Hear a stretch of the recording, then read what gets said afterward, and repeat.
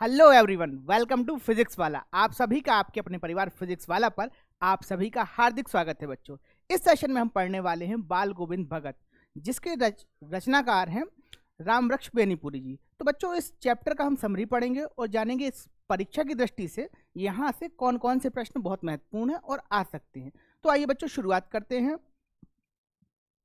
देखिए, इससे पहले कि हम चैप्टर की शुरुआत करें, मूलतः इस पाठ का हम एक ओवरव्यू समझ लेते हैं कि ये पाठ कहना क्या चाहता है, इस पाठ का मूल संदेश क्या है। देखिए, इस पाठ के माध्यम से लेखक रूढ़िभंजक प्रवृत्ति को बढ़ाना चाहता है, यानी कि हमारे समाज में जो प्रवृत्तियां हैं, जो बुराइयां हैं, उनको दूर करना चाहता है और रूढ़ियों का भंजन करते हुए, यानी कि रूढ़ियों को पीछे छोड़ते हुए एक नवीन समाज की कल्पना करता है। तो आइए बच्चों, ये तो था बाल गोविंद भगत का मूल संदेश कि ये पाठ के अंदर हमें मूल जो बात कही जा रही थी वो क्या थी। आइए बढ़ते हैं पाठ की ओर, समझते हैं कि पाठ का सारांश किस प्रकार से है। तो देखिए, लेखक बतलाता है कि बाल गोविंद भगत मंझोले कद के गोरे चिट्टे आदमी थे, पर चेहरे पर जगमगाती सफेदी उनकी उम्र लगभग 60 बतलाती थी। यानी कि बेटा, जो उनकी एज थी ना, वो 60 वर्ष के आसपास थी। और जो चैप्टर शुरू होता है, हमारा चैप्टर शुरू होता है बाल गोविंद भगत, यानी कि जो हमारे नायक हैं उनके परिचय से, कि उनका परिचय, उनका व्यक्तित्व का परिचय किस प्रकार से था। तो इस प्रकार से हमारा चैप्टर शुरू होता है और लेखक बतलाता है कि उनका जो कद था बेटा, वो मंझोले कद का था, यानी कि ना तो वो ज़्यादा बड़े थे और ना ही ज़्यादा छोटे थे। और उनकी उम्र, मतलब जो उम्र का अंदाजा है, वो 60 वर्ष के आसपास था। फिर देखिए आगे क्या होता है। कपड़े भी एकदम कम पहनते थे, कमर में एक लंगोटी मात्र और सर पर कबीरपंथी टोपी। जब जाड़ा आता था तब एक काली कमली ऊपर से ओढ़ लेते थे। रामानंदी चंदन और तुलसी की माला, लगभग सब कुछ एक साधु जैसा, पर वे साधु नहीं थे। तो देखो, होता यह है कि पहले ना लेखक आपको परिचित कराता है नायक के वेशभूषा से, नायक के जो आव भाव हैं वो उस चीज़ से, फिर उसके बाद वो कहानी का विस्तार करता है। तो देखिए, यहाँ तक वो क्या बताता है कि भाई कद कैसा था, मझोले कद के थे, दाढ़ी थोड़ी थोड़ी सफ़ेद थी। इससे अंदाज़ा लगाया जा सकता है कि उनकी जो उम्र है वो 60 वर्ष के आसपास थी। फिर आगे क्या बताता है लेखक, लेखक आगे बतलाता है कि भैया और क्या था विशेष, कि टोपी पहनते थे कैसी, कबीरपंथी, और वेशभूषा जो थी वो साधुओं की जैसी थी, पर वो साधु नहीं थे, गृहस्थ थे। उनके परिवार में एक पुत्र था और पुतहू, यानी कि एक पुत्रवधू भी थी।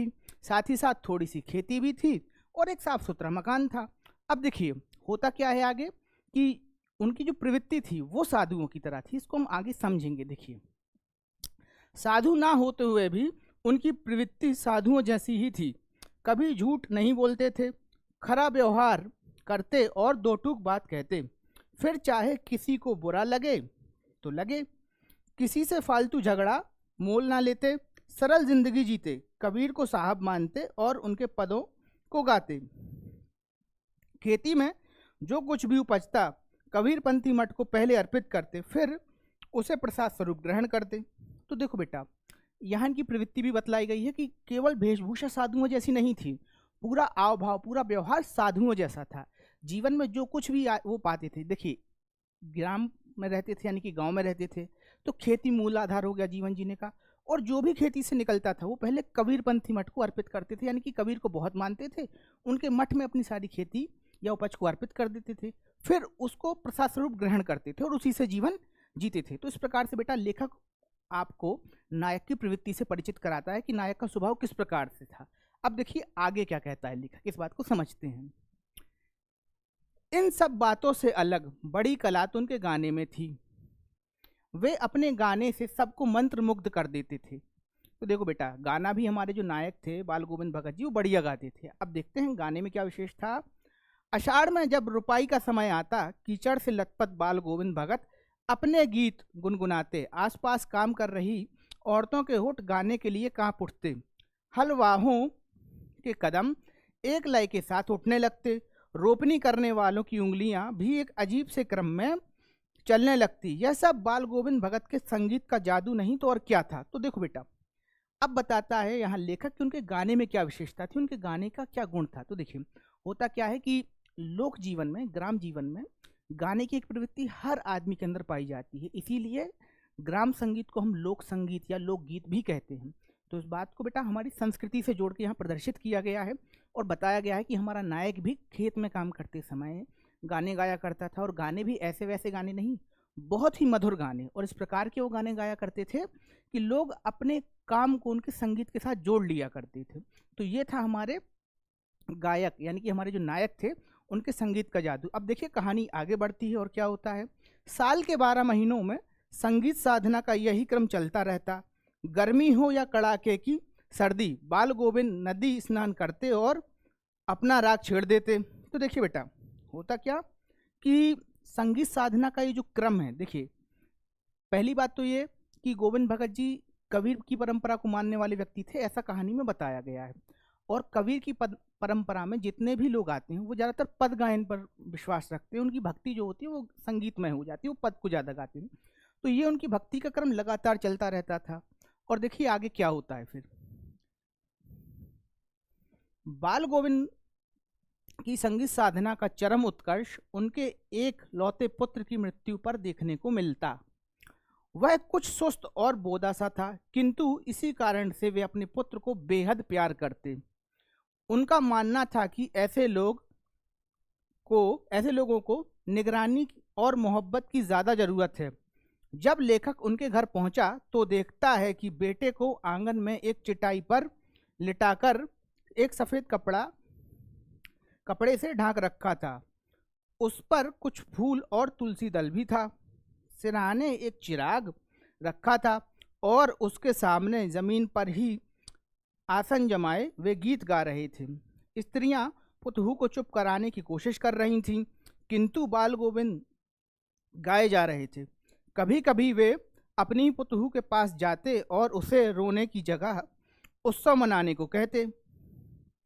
उनके अनुसार आत्मा परमात्मा के पास चली गई, विरहनी अपने प्रेमी से जा मिली, भला इससे अच्छा क्या हो सकता था। उनकी ऐसी बातें सुनकर लेखक समझता कि वो पगला गए हैं, यानी कि अपने पुत्र की मृत्यु पर उन्हें सुध नहीं रही कि वो क्या कर रहे हैं। तो देखिए बेटा, होता ये है कि लेखक बतलाता है कहानी में आगे कि बाल गोविंद की संगीत साधना का चरम उत्कर्ष, यानी कि चरमता जो होती है ना बेटा, कि टॉप क्या होता है किसी भी चीज़ का, एक्सट्रीम क्या हो सकता है।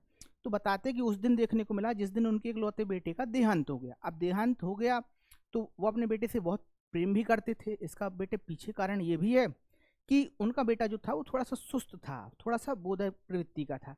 और उनका मानना था बाल गोविंद भगत जी का कि इस प्रकार के व्यक्तियों को प्रेम और निगरानी और सहानुभूति की ज़्यादा आवश्यकता होती, इसलिए वो अपने बच्चे को ज़्यादा प्यार भी करते थे।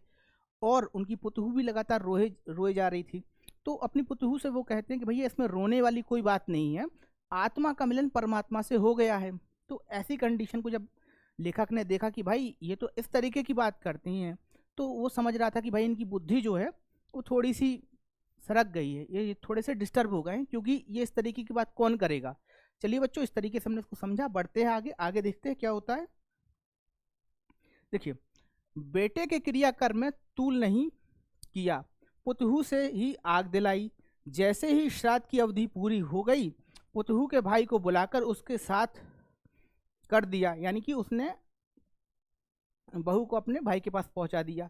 यह आदेश दिया कि दूसरी शादी करा देना। पुतहू रो रो कर कहती, मैं चली जाऊंगी तो बुढ़ापे में कौन आपके लिए भोजन बनाएगा, बीमार पड़े तो कौन चुल्लू भर पानी देगा। पर भगत जी ने एक ना सुनी और बोले, या तो तू चली जा या फिर मैं ही घर छोड़ दूंगा। अब बेटा, जब उन्होंने ऐसी बात कही कि भाई या तो तुम चले जाओ या फिर मैं चला जाऊं, तो उसकी जो पुत्रवधू थी, जो पुतहू थी, उसने भाई फिर अब क्या कहे ऐसी कंडीशन में, वो अपने भाई के साथ चली गई। तो इस प्रकार से देखो, होता यह है कि हमें बाल गोविंद भगत जी का एक रूढ़िभंजक स्वरूप भी देखने को मिलता है कि जब उनके के पुत्र का देहांत हो गया, जब उनका पुत्र इस लोक को छोड़ के चला गया, तो उन्होंने अपने बहू के भाई को बुलवाया और उससे कहा कि भैया इसकी शादी कर देना और इसको ले जाओ। तो जब ये बात उसकी बहू सुनती है तो वो कहती है कि भाई ऐसा मत करिए, आपका बुढ़ापा आ गया है, तो जब आप कभी बीमार हो जाएंगे मैं यही रहूँगी, आपकी सेवा करूँगी। पर इस पर बाल गोविंद भगत कहते कि नहीं नहीं भैया, या तो तुम अपने घर जाओ या फिर मैं ही छोड़ के जा रहा हूँ। तो बहू अपनी हार मान जाती है और चल देती है। अब देखिए आगे क्या होता है। बाल गोविंद भगत की मौत उन्हीं के अनुरूप हुई। वह हर वर्ष गंगा स्नान करने जाते, 30 कोस का रास्ता पैदल तय करने और लगातार भूखे रहने के कारण उनकी तबीयत खराब होने लगी। इस पर देखिए आगे क्या होता है।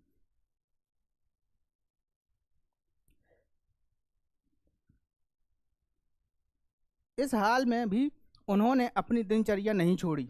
लोगों ने खूब समझाया, उन्होंने हंस के टाल दिया, और दिन भी और उस दिन भी संध्या में गीत गाए, किंतु मालूम होता है जैसे तागा टूट गया। बेटा तागा मतलब धागा, यहाँ शब्द का देसी स्वरूप प्रयोग किया गया है। इसको हम व्याकरण में बताएंगे कि शब्द का देसी स्वरूप क्या कहलाता है, शब्द का संस्कृत निष्ठ स्वरूप क्या कहलाता है। इन सारी चीज़ों को बेटा हम आगे सीखेंगे।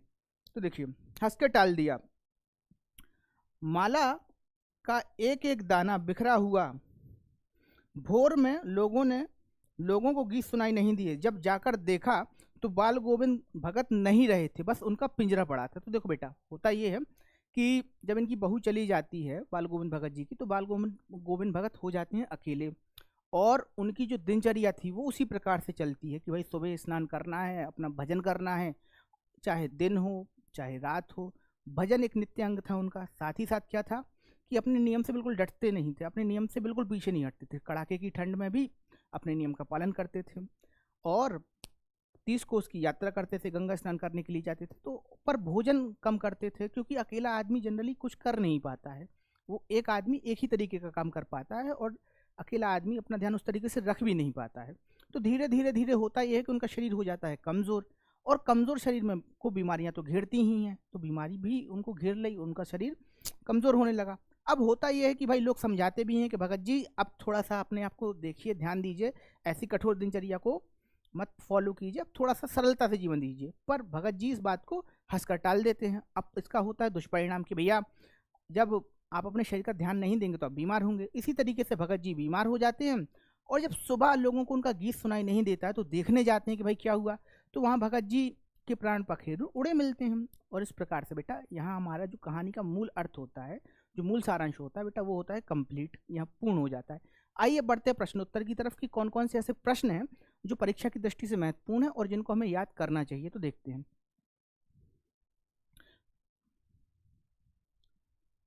प्रश्न इस प्रकार से है, बाल गोविंद भगत के गीतों का खेतों में काम करते हुए आते जाते नर नारियों पर क्या प्रभाव पड़ा। उत्तर देखते हैं। बाल गोविंद भगत बहुत मधुर स्वर में गीत गाते थे। उनके गीतों को सुनकर बच्चे मस्ती में डूब झूमने लगते। मेड़ों पर खड़ी औरतों के होंठ गीत गाने के लिए मचल उठते थे। हलवाहों के पैर और धान रोपते किसानों की उंगलियां संगीत की लय पर चलने लगती। उनके संगीत की जादू की झलक चारों ओर दिखाई देती। तो देखो बेटा, प्रश्न ये पूछ रहा है आपसे कि उनके संगीत का लोगों पर क्या प्रभाव पड़ता। उत्तर में आपको बेटा देखो, हमेशा जब भी आप उत्तर लिखें तो उत्तर में की पॉइंट ज़रूर लिखें कि कैसे भाई क्या प्रभाव पड़ा। तो सबसे पहले क्या प्रभाव पड़ा था कि उनके संगीत को सुनकर लोग मस्ती में झूम उठते थे। तो पहला की पॉइंट ये हो गया। फिर दूसरी बात आपको क्या बताना है वहाँ कि भाई जो मेड़ों पर औरतें काम कर रही होती थी उनकी भी गाने की इच्छा उठती थी, वो भी गाने के लिए मचल उठती थी। तो ये बात भी आपको मेंशन करना है। फिर आगे देखिए, किसानों की उंगलियां संगीत की लय पर चलने लगती थी। तो इस प्रकार से बेटा आपको 3 मार्क्स का अगर क्वेश्चन आ रहा है तो आपको 3 पॉइंट उस पर इस तरीके से लिखना है। आइए बढ़ते हैं अगले प्रश्न की ओर और देखते हैं कि अगले प्रश्न में क्या खास है। देखिए, बाल गोविंद भगत अपने सुस्त और बोदे से बेटे के साथ कैसा व्यवहार करते थे। उत्तर देख लेते हैं। बाल गोविंद भगत अपने सुस्त और बोदे से बेटे को अधिक प्यार देते, उसका ज़्यादा ध्यान रखते। उन्होंने अपने बेटे की शादी भी बड़े ही चाव से करवाई थी। उनका मानना था कि ऐसे लोगों को निगरानी और मोहब्बत की ज़्यादा आवश्यकता होती है। तो देखो बेटा, होता यह है कि वो अपने बच्चे पर ज़्यादा ध्यान देते थे, क्योंकि उसका बच्चा कैसा था, थोड़ा सा सुस्त था, थोड़ा से बोधी प्रवृत्ति का था। और उनका मानना था कि ऐसे लोग जो थोड़े से मेंटली थोड़े से कमज़ोर हों उन पर ज़्यादा ध्यान देना चाहिए, क्योंकि वो उस चीज़ के ज़्यादा हकदार होते हैं। तो इस प्रकार से इस प्रश्न का उत्तर भी हमने समझ लिया। आइए बच्चा बढ़ते हैं आगे और देखते हैं अगला प्रश्न किस प्रकार से है। देखिए, बाल गोविंद भगत की दिनचर्या पर लोग आश्चर्य क्यों करते थे, या उनके आश्चर्य करने का क्या कारण थे भाई उनकी दिनचर्या को लेकर। तो देखिए, उत्तर इस प्रकार से है।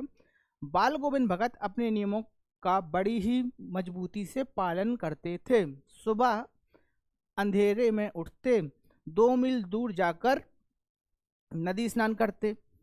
लौटते समय वे पोखरे के ऊंचे स्थान पर बैठकर खंजरी बजाते और गीत गाते। गीत बेटा वही कबीर साहब के पद।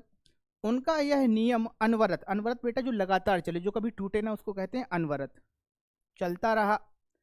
लोगों के समझाने पर भी उन्होंने इसे हंसी में टाल दिया, पर अपने नियम से ना टले। बाल गोविंद भगत की इस दिनचर्या को देखकर लोग आश्चर्यचकित होते और आश्चर्य करते। तो देखो बेटा समझ लो, कुछ नहीं है, इस प्रश्न में यही पूछा गया है कि भाई उसकी दिनचर्या को देखकर, बाल गोविंद भगत की दिनचर्या को देखकर लोग आश्चर्यचकित क्यों हो जाते थे। तो उसका सीधा सा उत्तर ये है कि उनकी जो दिनचर्या थी वो कभी भी टूटी नहीं, यानी कि कोई भी ऐसा दिन नहीं गया जब उन्होंने अपनी दिनचर्या को फॉलो नहीं किया हो। तो इस बात को देखकर कि भाई इतने बुजुर्ग आदमी हैं, इतने उनकी उम्र हो चुकी है, पर वो अपने नियम के पक्के हैं, और उनका जो नियम है ना वो एकदम युवाओं के जैसा है कि भाई वो नियम टूट ही नहीं रहा है। तो इस बात को देखकर लोगों को आश्चर्य होता था। आइए बच्चों बढ़ते हैं अगले प्रश्न की ओर। देखिए, बाल गोविंद भगत की व्यक्तित्व की विशेषताएं लिखिए। देखिए, बाल गोविंद भगत के व्यक्तित्व की विशेषताएं हमसे पूछी गई हैं। अब देखो बेटा, यहाँ जो प्रश्न है ना, ये 3 नंबर में भी आ सकता है और 4 नंबर में भी आ सकता है। तो जैसा आपको प्रश्न है उसी के हिसाब से उसका उत्तर लिखिएगा। बाल गोविंद भगत की व्यक्तित्व की विशेषताएं निम्न प्रकार से हैं। बाल गोविंद भगत गृहस्थ थे, परंतु उनका आचरण साधुओं के जैसा था। वे कबीर साहब में विशेष आस्था रखते थे। देखो बेटा, पहली विशेषता क्या थी कि वो गृहस्थ होते हुए भी साधु की तरह व्यवहार करते थे, उनका जो जीवन था वो साधुओं की तरह चल रहा था। दूसरी विशेषता क्या है कि वे कबीर साहब में विशेष आस्था रखते थे और उनके पद भी गाते थे। तीसरी विशेषता क्या है कि कठोर परिस्थितियों में भी अपनी दिनचर्या का पालन करते थे।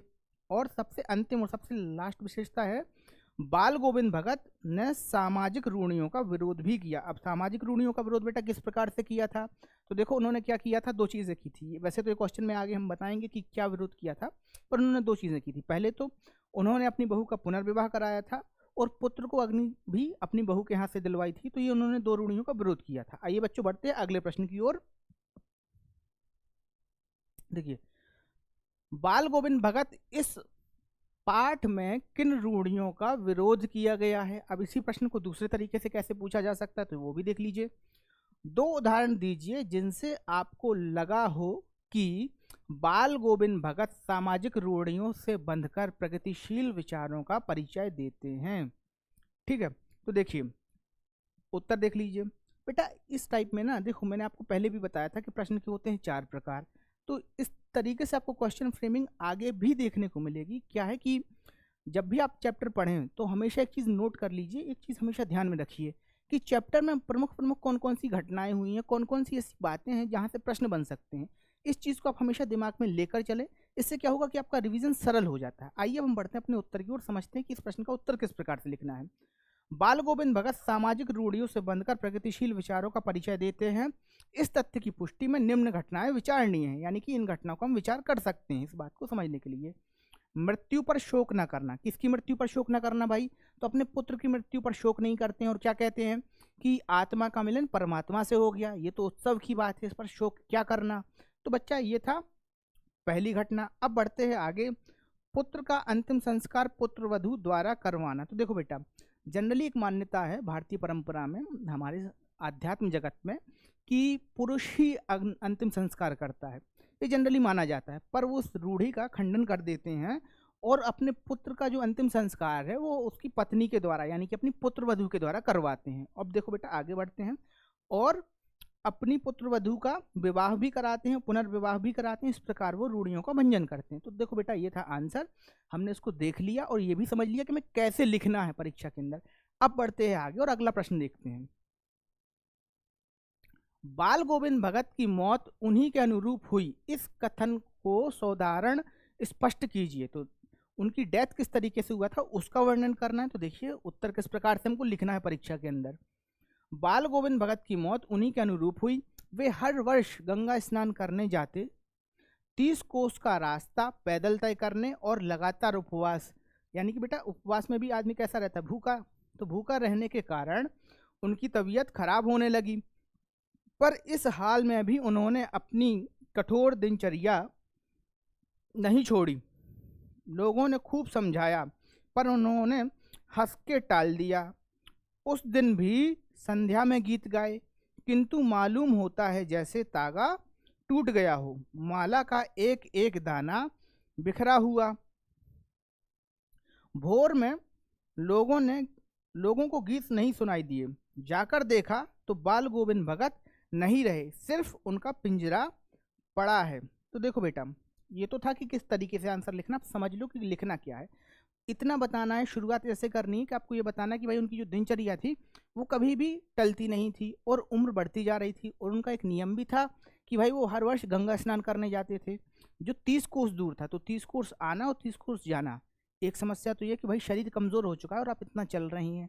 दूसरी चीज़ क्या था कि बेटा खाना भी नहीं खा रहे थे, व्रत कर रहे थे, उपवास कर रहे थे। तो धीरे धीरे धीरे धीरे शरीर हो गया कमज़ोर। लोगों ने समझाया भी कि अरे भगत जी ऐसे मत करिए, पर उन्होंने हंस के टाल दिया, और इसका परिणाम ये हुआ कि भगत जी हो जाते हैं बीमार।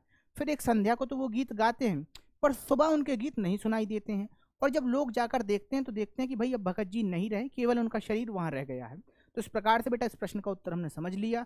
देखते हैं अगले प्रश्न में हमसे क्या विशेष पूछा जा रहा है। तो देखिए, गर्मियों की उमस भरी शाम को भी गोविंद भगत किस प्रकार से शीतल और मनमोहक बना देते थे। उत्तर इस प्रकार है, गर्मियों की उमस भरी शाम में बाल गोविंद भगत अपने घर में आसन जमा लेते और जोर जोर से भजन गाते। गांव के लोग भी खंजरी और करताल के साथ उनके सुर में सुर मिलाते। इस तरह भक्ति में तल्लीन होकर लोग गर्मी की उमस भूल जाते। तो मूलतः बेटा ये है इस प्रश्न का उत्तर कि उनके भजन का माधुर्य प्राप्त करके, यानी कि उनके संगीत में इतनी मधुरता थी कि लोग उनके संगीत में उनका साथ तो देते, जब वो गाते तो वो भी लोग उनके साथ हो लेते। भाई कोई खंजरी बजाता और कोई गीत को दोहराता, तो इस प्रकार से सारे लोग उनका साथ देते, और संगीत में वो इतने खो जाते थे कि भूल जाते थे कि भाई उमस क्या है, गर्मी क्या है, इन सारी चीज़ों को भूल जाते थे। आइए बच्चों बढ़ते हैं आगे और अगले प्रश्न की ओर चलते हैं। देखिए अगला प्रश्न इस प्रकार से है, बाल गोविंद भगत ग्रस्त होते हुए भी एक साधु थे, आशा स्पष्ट कीजिए। यानी कि देखिए बेटा, एक कथन दिया है आपको कि वो भगत होते हुए यानी कि ग्रस्त होते हुए भी साधु थे, इसका आपको एक्सप्लेनेशन देना है, इसका स्पष्टीकरण देना है। तो देखिए उत्तर किस प्रकार से हम लिखेंगे। बाल गोविंद भगत ग्रस्त थे, परंतु उनकी प्रवृत्ति साधुओं जैसी थी। कभी झूठ नहीं बोलते थे, खरा व्यवहार करते और दो टूक बात कहते। फिर चाहे किसी को बुरा लगे तो लगे, किसी से फालतू झगड़ा मोल न लेते, सरल जिंदगी जीते। कबीर को साहब मानते और उनके पदों को गाते। खेती में जो कुछ भी उपजता कबीरपंथी मठ को अर्पित कर देते, फिर उसे प्रसाद स्वरूप ग्रहण कर अपने उपभोग में लाते। तो देखो बेटा, उनकी जो प्रवृत्ति है उसको स्पष्ट करने के लिए पूछा गया। तो प्रवृत्ति किस प्रकार से थी, साधुओं जैसी।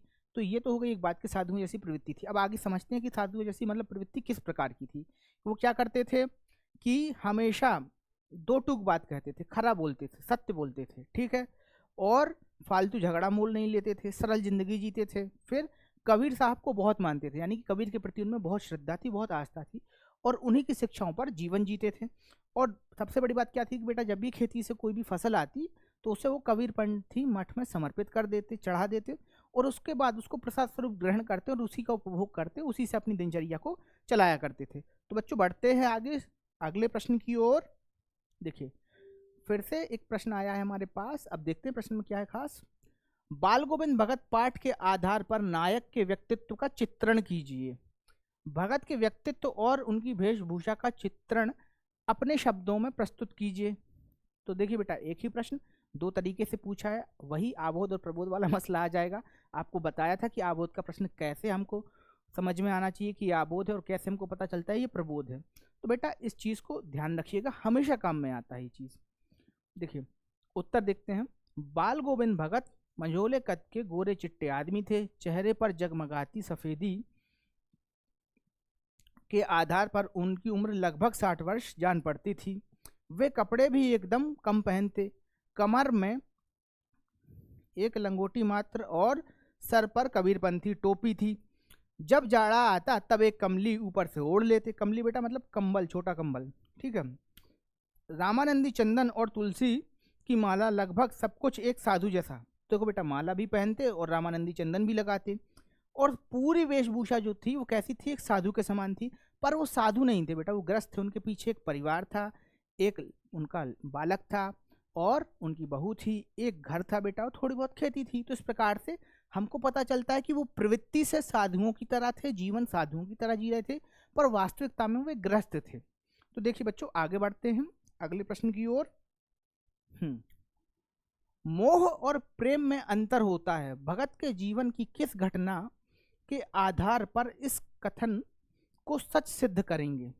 तो देखिए, वो पूछ रहा है कि मोह में और प्रेम में क्या अंतर है। इस घटना, कोई आपने ऐसी घटना देखी है क्या भगत के जीवन में? तो देखिए उत्तर इस प्रकार है।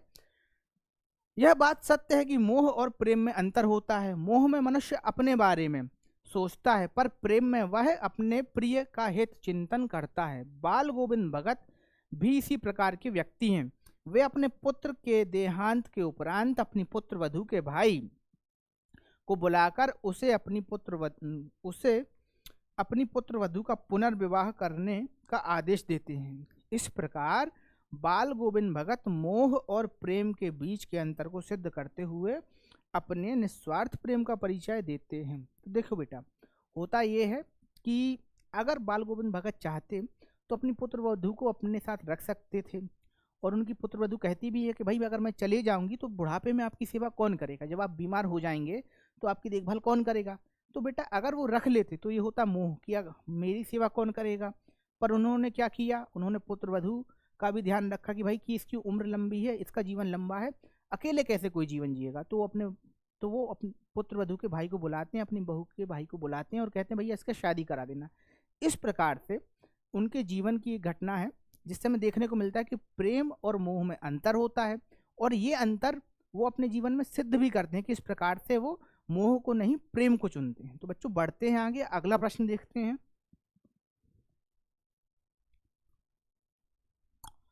पाठ के आधार पर बाल गोविंद भगत की अगाध श्रद्धा कबीर पर थी, स्पष्ट कीजिए।